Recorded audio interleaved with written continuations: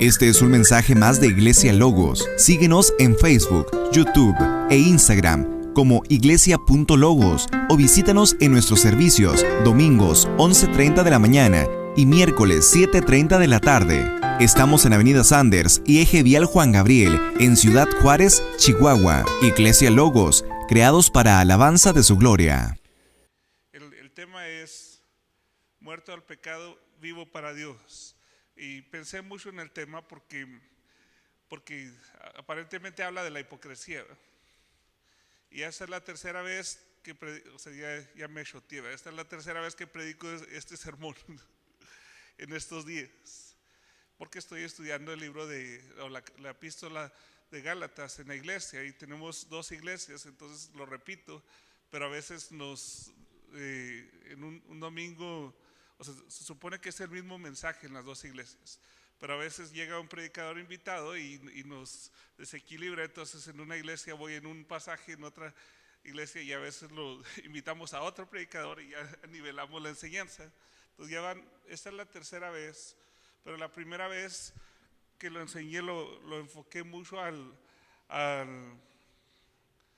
la hipocresía y a cómo tratar la disciplina, pero este no es el mensaje meramente. Al final aterrizamos, pero sufrí un poco en eso porque este no es el mensaje meramente. Pero ustedes cuando piensan en Gálatas 2:20, con Cristo, y todos lo saben aquí yo creo, con Cristo estoy juntamente crucificado, ya no vivo yo, sino Cristo vive en mí. Lo que ahora vivo en la carne lo vivo en la fe del Hijo de Dios, el cual me amó y se entregó a sí mismo por mí. Este es un versículo que muchos cristianos saben, y ese es un versículo que lo citamos muchas veces. Hay una hermana, años pasados en la iglesia se paraba cada domingo y recitaba este versículo. Si alguien no lo sabía, se lo aprendió con la hermana. Ella nos impulsó a aprender este versículo. Pero ¿cuál es el contexto de este versículo? Entonces, aparentemente pudiéramos pensar en los primeros versículos que habla de la hipocresía, y luego después se va, allá no vivo yo, mas Cristo vive en mí.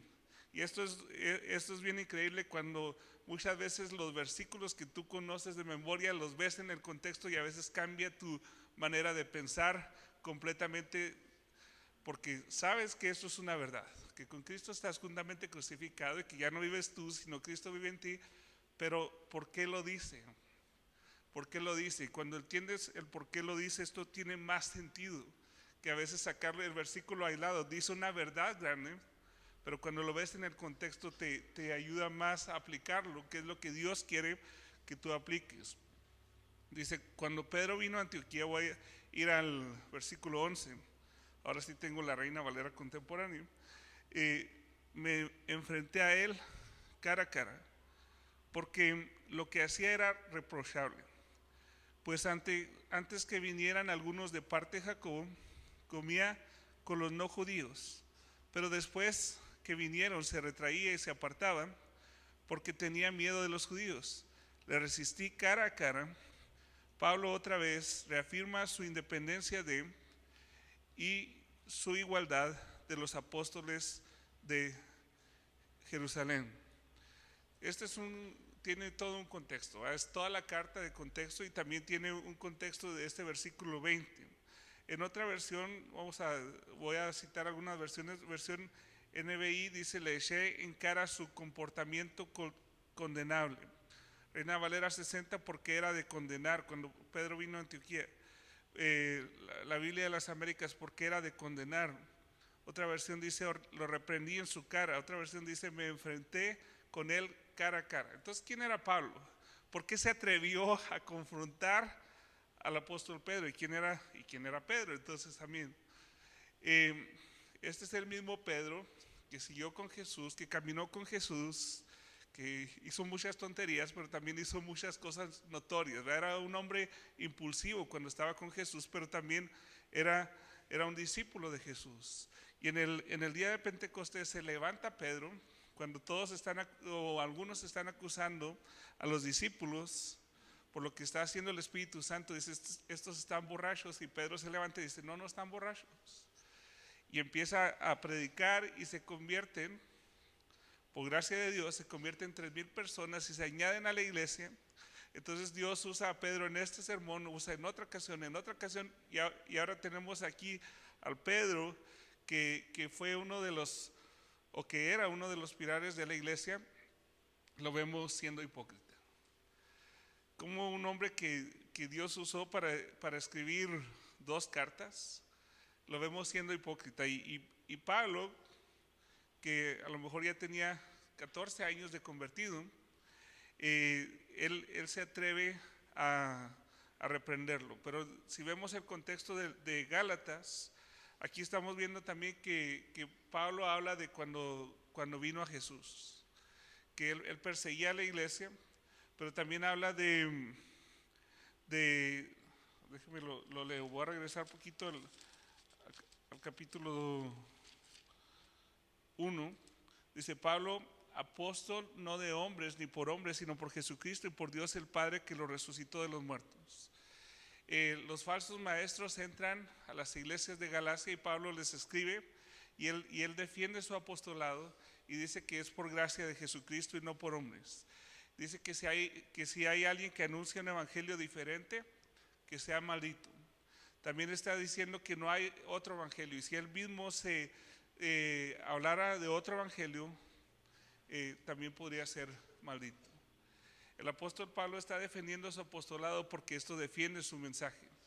Él, después de 14 años, si leemos un poco atrás, en el mismo capítulo 2, versículo 1, después pasados 14 años subí otra vez a Jerusalén con Bernabé, llevando también conmigo a Tito, pero subí según una revelación, y para no haber corrido en vano, expuse en privado a los que tenían cierta reputación del evangelio que predico entre los gentiles. Entonces el apóstol Pablo se había alejado de los apóstoles, pero regresó después de 14 años y les presenta el mensaje. Este es el mensaje que yo predico, este es el mensaje que predican los apóstoles, y viene siendo el mismo, no había cambiado.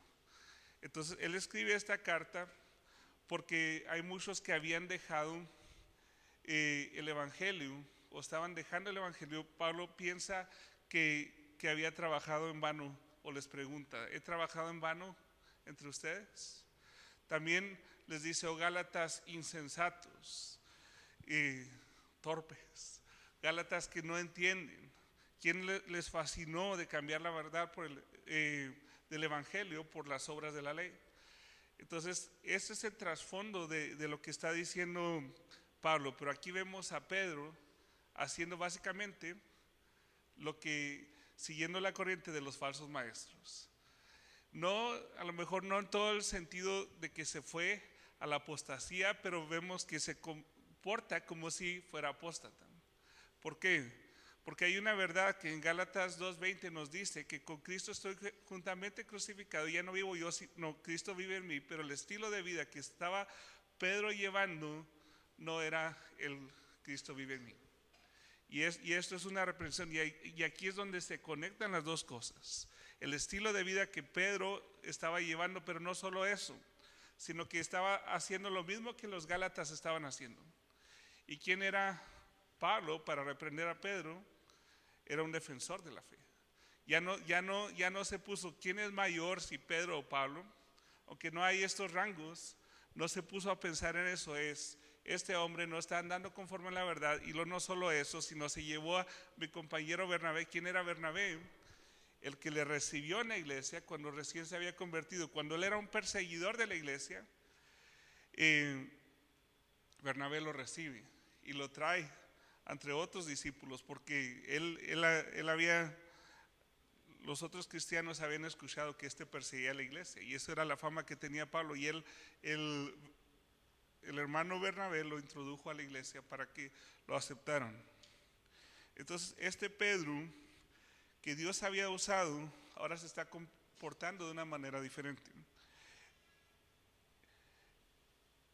Pedro se reunía con los gentiles, pero cuando llegaron los creyentes judíos, empezó a apartarse de los gentiles por miedo.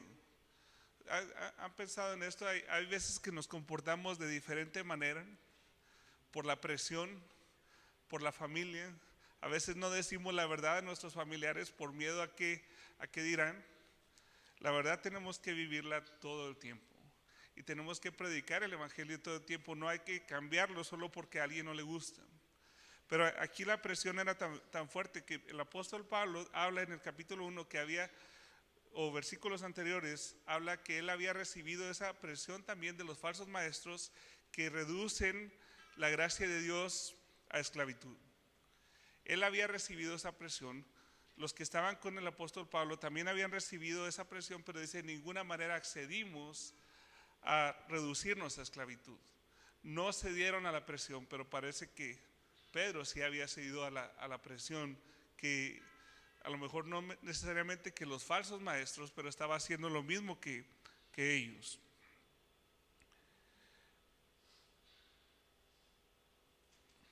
En Hechos capítulo 11, no lo voy a leer ahorita, solamente Hechos capítulo 11, versículo 18.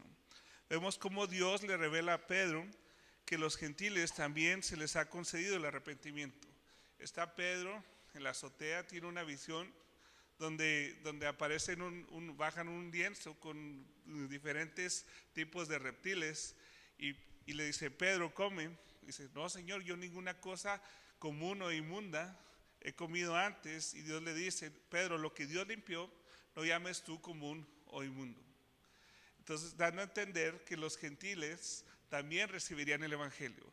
Y está un hombre gentil que recibe una visión que se llama Cornelio y manda a llamar a Pedro por obra del Espíritu Santo. Entonces Pedro va y ellos reciben al Espíritu Santo también, conocen del evangelio. Entonces Dios tenía interés en los gentiles y siempre ha tenido interés en que cada tribu, pueblo, lengua y nación le adoren. Pero aquí tenemos la presión, batallando con eso, las presiones de, no, nosotros somos el pueblo de Dios, los judíos, a nosotros nos escogió el Señor y ellos no merecen. Entonces cuando hay presión empieza a ceder. Hechos capítulo 11, versículo 18 dice, entonces oídas estas cosas callaron y glorificaron a Dios diciendo, de manera que también a los gentiles ha dado Dios arrepentimiento para vida. Pedro era testigo, Dios mismo le había dicho que fuera a estos gentiles, o que él había sido escogido para predicarle a los judíos, también participó en el predicarle el mensaje a los gentiles. Y Pedro sabía bien que no debía ocultarles este mensaje, ni debía quedar bien con un grupo o con el otro.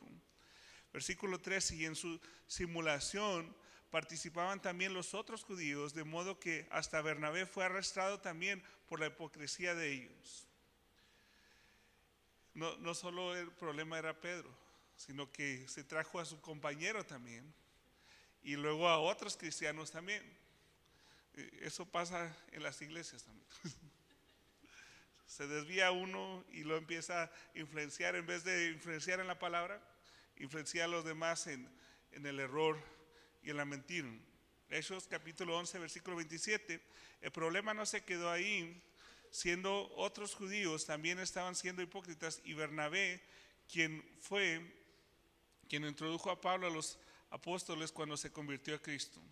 En Hechos capítulo 11, versículo 27, no lo voy a leer, pero Gálatas 2:9 dice, reconociendo la gracia que me había sido dada a Jacobo, Cefas y Juan, que eran considerados como columnas, nos dieron a mí y a Bernabé la diestra en señal de compañerismo, para que nosotros fuésemos a los gentiles y ellos a la circuncisión. Unos versículos antes, en el 11 le está reprendiendo, pero no sé cuánto tiempo pasó.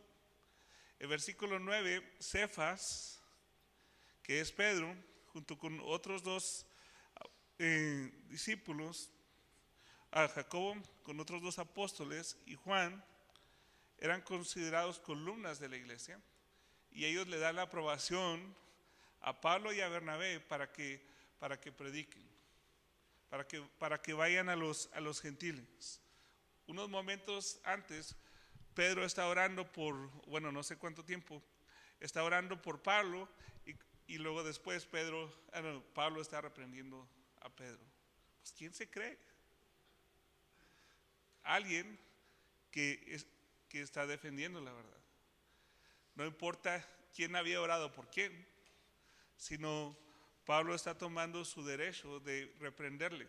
Ahora, ¿debemos reprender a alguien en público?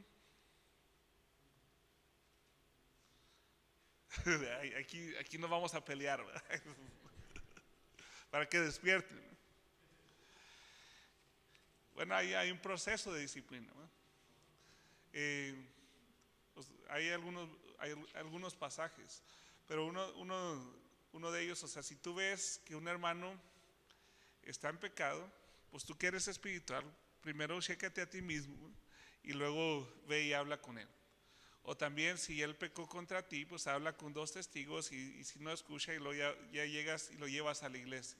Hay un proceso de disciplina, pero Pedro está siendo reprendido, o sea, siendo un apóstol está siendo reprendido por otro apóstol que fue llamado después enfrente de todos. ¿Saben por qué? Porque su conducta era enfrente de todos. A lo mejor no estoy diciendo que ese es el proceso o nos está enseñando que ese es el proceso de disciplina, no es una enseñanza acerca de la disciplina, pero es algo notorio que a veces la situación amerita, porque si no lo confronta enfrente de todos, esto va a seguir y va a ser como una epidemia que va a carcomer a todos. Entonces esto ameritaba que fuera reprendido enfrente de todos. Y lo peor es que hoy estamos hablando de Pedro, que era hipócrita en ese momento. Pero no podemos hablar todo de Pedro así, sino que él cambió su conducta. Fue un momento de su vida. El problema es que no podía seguir siendo así porque iba a llenar a todos los demás de lo mismo. Ahora seguimos aquí. Pero cuando vi que no andaban rectamente, versículo 14, y conforme a la verdad del evangelio, dije a Pedro delante de todos: si tú que eres judío no vives como los judíos, sino como los no judíos, ¿por qué obligas a los no judíos a hacerse judíos? No importa qué cargo tengan en la iglesia estos hermanos o quién se había convertido primero, delante de todos confrontó a Pedro por no vivir lo que predicaba y obligar a los gentiles a judaizarse cuando el evangelio no les exigía eso. En Gálatas vemos una lucha de las obras y la gracia. Y hoy en día en las iglesias vemos una lucha de las obras y la gracia. ¿Por qué? El cristianismo es la única religión que cree que puede ser salvo solamente por gracia. La mayoría de las religiones habla del esfuerzo del hombre por querer agradar a Dios. Y en Gálatas se está dando el mismo problema, el mismo sistema. No importa cuántas religiones hay aquí. Ahora hablando de Jesús, Él nos salva por su pura gracia. Él es el camino, la verdad y la vida, y nadie viene al Padre si no es por Él. Aquí en ningún otro hay salvación, porque no hay otro nombre bajo el cielo dado a los hombres en que podamos ser salvos. Solo en Cristo podemos tener salvación. Es por gracia, no por obras. Pero la mayoría de los pensamientos fuera de Cristo, o todos los pensamientos fuera de Cristo, hablan de una salvación por obras. Y esto es la tendencia a veces de creer que merecemos de Dios, que todavía hay algo bueno en nosotros que puede hacer para alcanzar la salvación, porque ¿cómo puede ser que nomás creyendo en Él, que Él pagó todo, algo tengo que pagar? Pero la Biblia dice no por obras para que nadie se gloríe. Entonces esta es una tendencia. Hablo con tantas personas que siempre dicen: es que si me porto bien voy a ir al cielo. Y luego digo: entonces ¿en quién estás confiando? ¿En lo que Cristo hizo o lo que tú estás haciendo? Le pregunto: si tú mueres vas a ir al cielo. Y dice: es que déjame ver mañana a ver cómo me porto. O no estoy seguro, solo Dios sabe. Bueno, Él promete que podemos tener vida eterna en su nombre y que la salvación es por la gracia de Él. Versículo 15. Nosotros somos judíos de nacimiento y no pecadores salidos de los no judíos. Sabemos que el hombre no es justificado por las obras de la ley, sino por la fe de Jesucristo. Y también hemos creído en Jesucristo para ser justificados por la fe de Cristo y no por las obras de la ley, ya que por las obras de la ley nadie será justificado. Nadie fue salvo yéndose de rodillas hasta el cerro, o portándose bien, o dando todo su dinero a los pobres, o teniendo comedores y haciendo obras benéficas, que es bueno servir a los demás. Nuestro ministerio hace cosas así, pero en ningún momento hemos creído que por eso vamos a ir al cielo, sino por la gracia de Dios. No importa si es judío o gentil, no vas por de qué grupo perteneces. No vas por tus obras al cielo. Hasta ahorita no hay ni uno que por las obras de la ley, por cumplir los mandamientos, ha sido salvo. Pero entonces, ¿para qué nos sirve la ley? Si la ley no nos salva, la ley es como un espejo que nos refleja nuestra verdadera condición. Cuando nosotros hablamos de los 10 mandamientos, ¿quién de nosotros puede cumplir los 10 mandamientos? Levante su mano. En Cristo podemos por la obra del Espíritu Santo, pero por nosotros mismos nadie puede cumplir los 10 mandamientos para ganarse el cielo. De hecho, nadie lo ganaría. Pero casi seguro que ni un solo mandamiento podríamos cumplir al pie de la letra, menos los 10 mandamientos. Pero la ley es nuestro ayo para llevarnos a Cristo. Gálatas 3, 24 y 25 dice: de manera que la ley ha sido nuestro tutor o nuestro ayo para llevarnos a Cristo a fin de que pudiéramos, o que fuéramos justificados por la fe. Pero al venir a la fe no estamos ya al cuidado de un tutor. Entonces, ¿qué hace la ley? Me hace ver mi verdadera condición delante de Dios, que estoy perdido. Entonces, si hay algo bueno en mí, es nada. No hay nada que Dios viera en mí para que pudiera salvarme. Si Él nos salva es por su pura gracia. Entonces, ¿de qué si eran judíos, no podían salvarse a sí mismos? No por ser judíos tenían la salvación ya integrada. Versículo 17: si al buscar ser justificados en Cristo también nosotros somos hallados pecadores, ¿será por eso Cristo ministro del pecado? De ninguna manera. Porque si las mismas cosas que destruí las vuelvo a edificar, me hago transgresor, porque yo por la ley soy muerto para la ley, a fin de vivir para Dios. O sea, gracias a Dios por la ley, porque la ley me dice que estoy perdido sin Cristo. No conociera del pecado si no fuera por la ley, pero no sabríamos nuestra verdadera condición si no es por la ley. Así es que cuando predicamos el evangelio es importante usar los mandamientos también, porque eso nos hace ver nuestra verdadera condición. Ahora, no es una regla que tienes que usar los 10 mandamientos, pero si usas los 10 mandamientos, confrontas a la persona cuál es su condición y cómo está delante de Dios, que está perdido, sin esperanza, sin Dios. Ahora, o viene a Cristo o le rechaza, o cree en Él o le rechazan.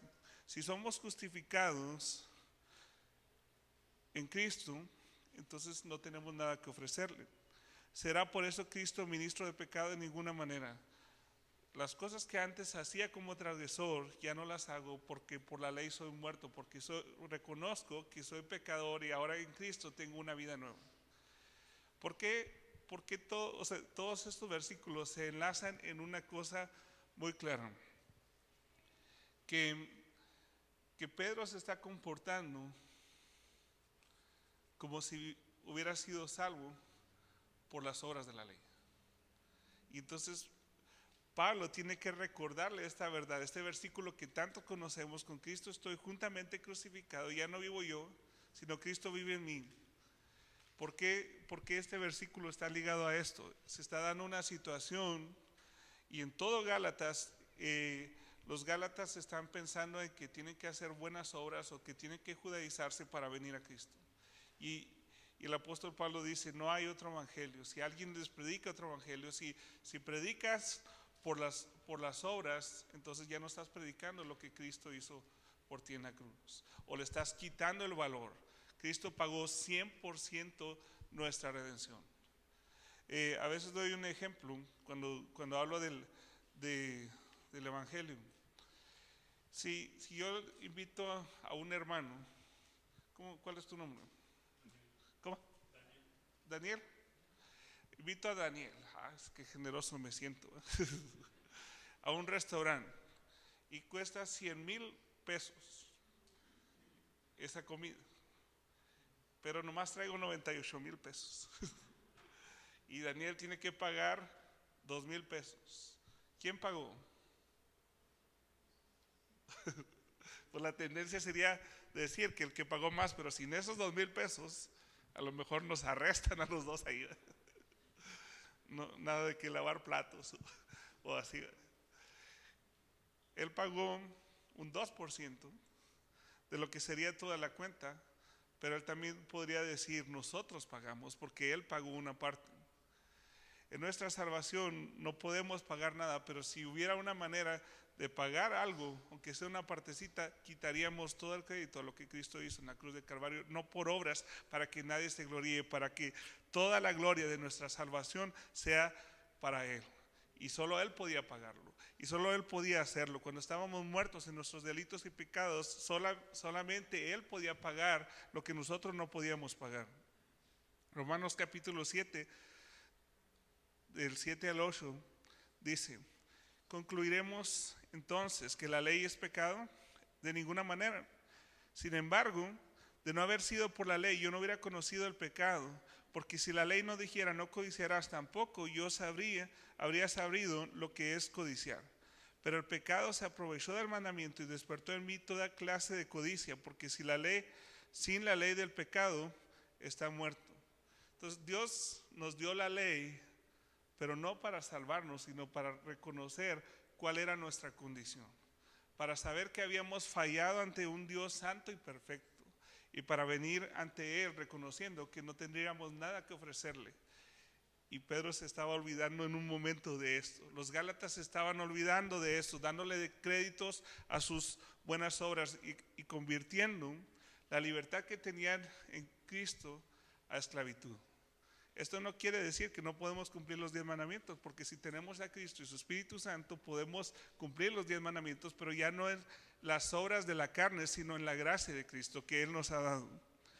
Y ahora sí vamos a este versículo 20. Entonces aquí es donde todo empieza a tener sentido. ¿Cuántos conocen este versículo de memoria otra vez? Gálatas 2:20. Creo que tenía tenía una percepción de que todos lo sabían. Pero puede ser que alguien no lo sepa, pues sabe otros versículos. Pero con Cristo estoy juntamente crucificado. Ya no vivo yo, sino Cristo vive en mí. Y lo que ahora vivo en la carne, lo vivo en la fe del Hijo de Dios, el cual me amó y se entregó a sí mismo por mí. No desecho la gracia de Dios, pues si la justicia dependiera de la ley, entonces por demás habría muerto Cristo. No es que Pablo está reprobando completamente a Pedro, simplemente le está confrontando en esa situación. ¿Para qué? Para que él se vuelva a andar en rectitud. Pero esto estaba contaminando a toda la iglesia y a veces es necesario en nuestra propia vida recordarnos esta verdad del Evangelio. Aunque dice, ¿por qué tengo que predicar el Evangelio otra vez a los cristianos? Y no es porque no sean salvos, sino porque son salvos y tienen que recordar algo que a veces olvidamos, que el Evangelio es el poder de Dios para transformar nuestra vida, no solo para llevarnos de un lugar hacia el otro, pero en el proceso Dios nos está transformando y es el poder del Evangelio que hace posible que nosotros podamos vivir para la gloria de Dios. No solo para decir, ya tengo mi boleto seguro al cielo, sino porque Dios te está transformando, te está cambiando. Ese es el poder del Evangelio que actúa en nosotros y es donde Pablo dice, con Cristo estoy juntamente crucificado. Entonces cuando Cristo murió, nosotros los creyentes también nosotros morimos. Cuando Cristo fue sepultado, también fuimos sepultados. Y cuando Cristo resucitó, resucitamos en vida nueva para poder vivir para la gloria y la alabanza de su nombre. El logo de la iglesia, ¿va? Algo así, ¿va? ¿Cuál es la frase de la iglesia? Pero ¿cómo lo logramos? No nuestras propias fuerzas, sino las fuerzas de Dios. No es que todo estaba acabado con Pedro. Él necesitaba recordar una verdad que a veces nosotros olvidamos constantemente. Es que yo soy bien enojón. ¿Por qué eres así? Si no, que no estás crucificado con Cristo. Cuando decimos eso nos estamos olvidando de lo que somos en Cristo, de nuestra nueva identidad. Ahora, claro, puedo decir, estoy crucificado con Cristo y ya no vivo yo. no es lo que decimos, sino lo que creemos acerca de la palabra, lo que dice que estamos muertos, pero tenemos una nueva vida en Cristo. Y ahora nuestra vida es para Cristo y para su gloria. Ahora Él está santificándonos, Él está trabajando en nuestra vida. Ayer tuve la oportunidad de estar en una conferencia de consejería en Chihuahua y sinceramente no es que andaba mal, pero como que no traía pilas, no traía baterías, pero es esta verdad, el escuchar esta verdad de lo que Cristo hizo por mí en la cruz del Calvario, que hizo por nosotros los creyentes, me recargó y ahora vengo muy recargado. Pero no vivimos de conferencias. No podemos vivir del ánimo de escuchar un mensaje bonito y luego ya animarnos y luego entre semana. Necesitamos vivir día a día muertos al pecado y vivos para Dios. Pedro necesitaba recordar eso. Los que estaban con Pedro necesitaban recordar eso. Por eso yo creo que vienen estos versículos juntos. Y a veces no sabemos eso. Sabemos el versículo, pero no estamos tomando en cuenta el hecho de que había alguien que se le había olvidado por un momento de su vida y esto estaba arrastrando a todos, pero es un buen ejemplo para los Gálatas. ¿Por qué? Porque ellos a lo mejor no era un momento, estaba en peligro. El apóstol Pablo estaba diciendo, me temo que haya trabajado en vano con ustedes. Como si todo el trabajo que se ha hecho de predicarles el evangelio no valió la pena, porque parece que lo creían. Casi quiero pensar que sí son salvos, pero en un momento a lo mejor nunca han entendido el mensaje. Casi estaba dudando de eso. Les trata como creyentes porque cree que son salvos, pero hay un momento en que les hace pensar que a lo mejor no sirvió de nada lo que hice. Pero él insiste porque realmente creían que si habían conocido a Cristo, estaban muertos al pecado y vivos para Dios. Lo vivo en la fe del Hijo de Dios, el cual me amó y se entregó a sí mismo por mí. Ahora sigo su ejemplo, busco seguir a Jesús, pero no lo vivo en la carne, sino lo vivo en el Espíritu. Y a veces es bien difícil. Si yo les preguntara a ustedes, ¿conocen a un hombre o una persona que está llena del Espíritu Santo? Pues nomás el domingo. A veces como cristianos no creemos que hay otros cristianos que son llenos del Espíritu Santo, que viven dirigidos por el Espíritu Santo, que viven en la palabra. A veces es bien difícil porque lo que vemos es carne, ¿verdad? Como si fuera una carnicería, pero eso es lo que vemos. O a lo mejor están viviendo en el Espíritu, pero no queremos verlo. Es una verdad que tenemos que aterrizarla en nuestra vida. Tenemos que creer que podemos vivir en el Espíritu y dejar que el Espíritu Santo obre en nosotros para no vivir en la carne, sino vivir en la fe del Hijo de Dios, el cual me amó y se entregó a sí mismo por mí, pecadorzote, sí, Dios se entregó a sí mismo por ti. Y el versículo 21, a veces decimos, mira este hermano, yo creo que ni es salvo. Bueno, no sé si ustedes que son más espirituales que yo, nunca han dicho eso. No sé, pues sí, dice que era bien maloso y que hacía esto y lo otro y que Dios le ha cambiado, pero pues yo lo veo igual de enojón. O esto, o lo otro. Lo veo bien carnal. Se jacta de que él era bien malo y todo eso y que ahora Cristo lo ha cambiado, pero pues sigo viendo que hermano, ni llega a la iglesia ni viene y dice que es hermano. Ahora no estoy defendiendo a este hombre, ¿va? No le puede poner nombre, no, espero que no. Espero no crea que estoy hablando de alguien de aquí, ¿va? No conozca a alguien así aquí. Así es que eso es una ventaja. Pero la cosa, estoy pensando ya. A veces desechamos lo que Dios está haciendo en la vida de una persona porque vemos ciertas cosas que no parecen bien. Ahora, la santificación progresiva es que Dios te está cambiando, pero hay personas que tienen ciertos retrocesos. No es que existe al cristiano carnal.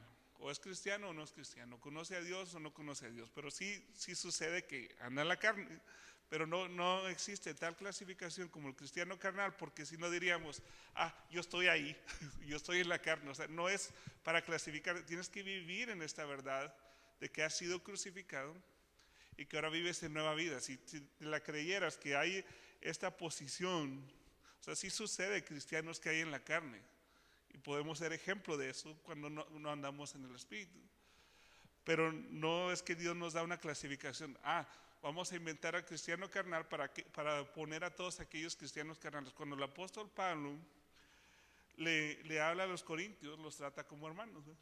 Son bien carnales, pero su meta es que no anden en la carne, sino que vivan en el Espíritu. Entonces, a veces desechamos lo que Dios está haciendo en una persona por algo que vemos que no nos gusta.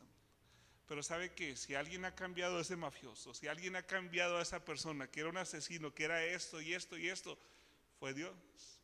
Si Él lo salvó y lo llamó y está santificándolo, y aunque no sea perfecto, está avanzando en el Señor, es todo por la gracia de Dios. Entonces todo el reconocimiento de lo que Dios está haciendo es en esa persona, es para la gloria de Dios, pero también hay que entender que esa persona era esto y esto y esto y esto, y ahora en Cristo tiene una nueva identidad, solo que hay que ayudarle un poquito a crecer en estas áreas, o un muchote, ¿verdad? Ahora, el versículo 21 dice, no desecho la gracia de Dios, pues si la justicia dependiera de la ley, entonces por demás habría muerto Cristo. Entonces, no deseches todo lo que Dios ha hecho. Si hay algo bueno en mí, decía el apóstol Pablo, por la gracia de Dios soy lo que soy. Si hay algo bueno en mí, es gracias a Cristo.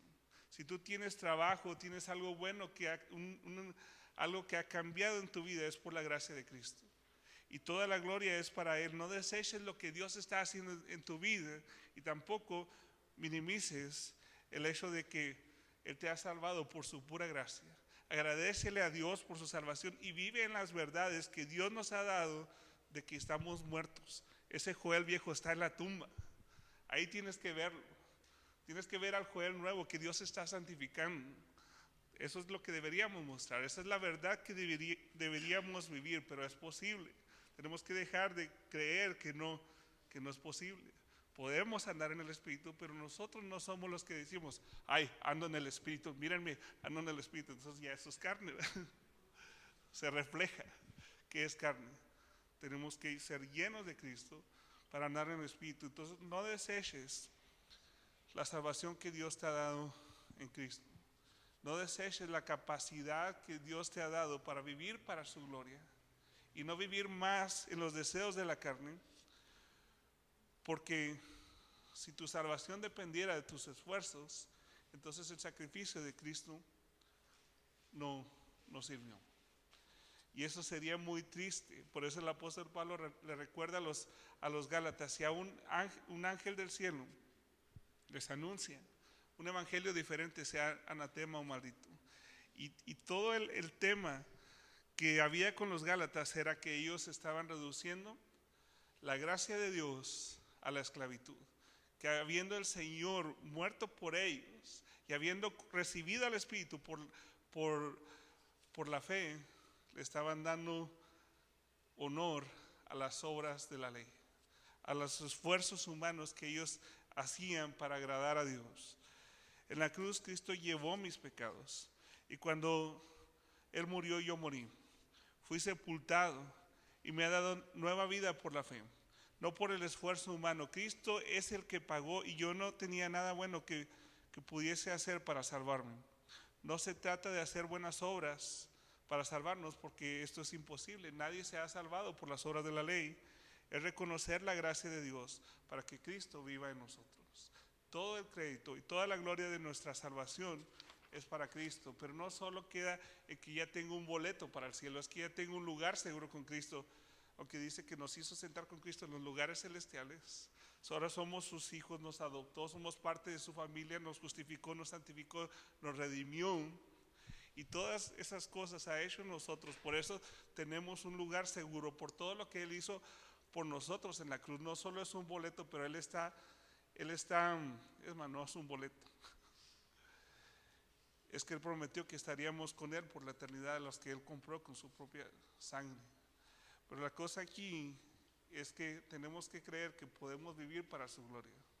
Pero la clave está en reconocer que Él es el que nos salva y ver que tú ya estás muerto para que lo dejes vivir en tu vida.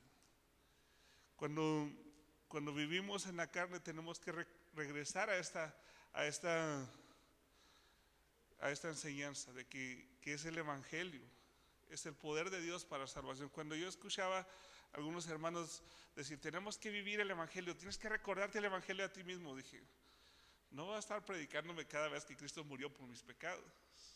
Yo pensaba en una manera, o sea, yo creo esta verdad, ¿verdad? Pero ¿cómo le vas a estar diciendo, Cristo murió por ti, Cristo murió por ti, Cristo murió por ti? Tenemos que recordarnos, ¿no? Porque ahí en la cruz empezó todo. Ahí fue donde Él llevó nuestras iniquidades.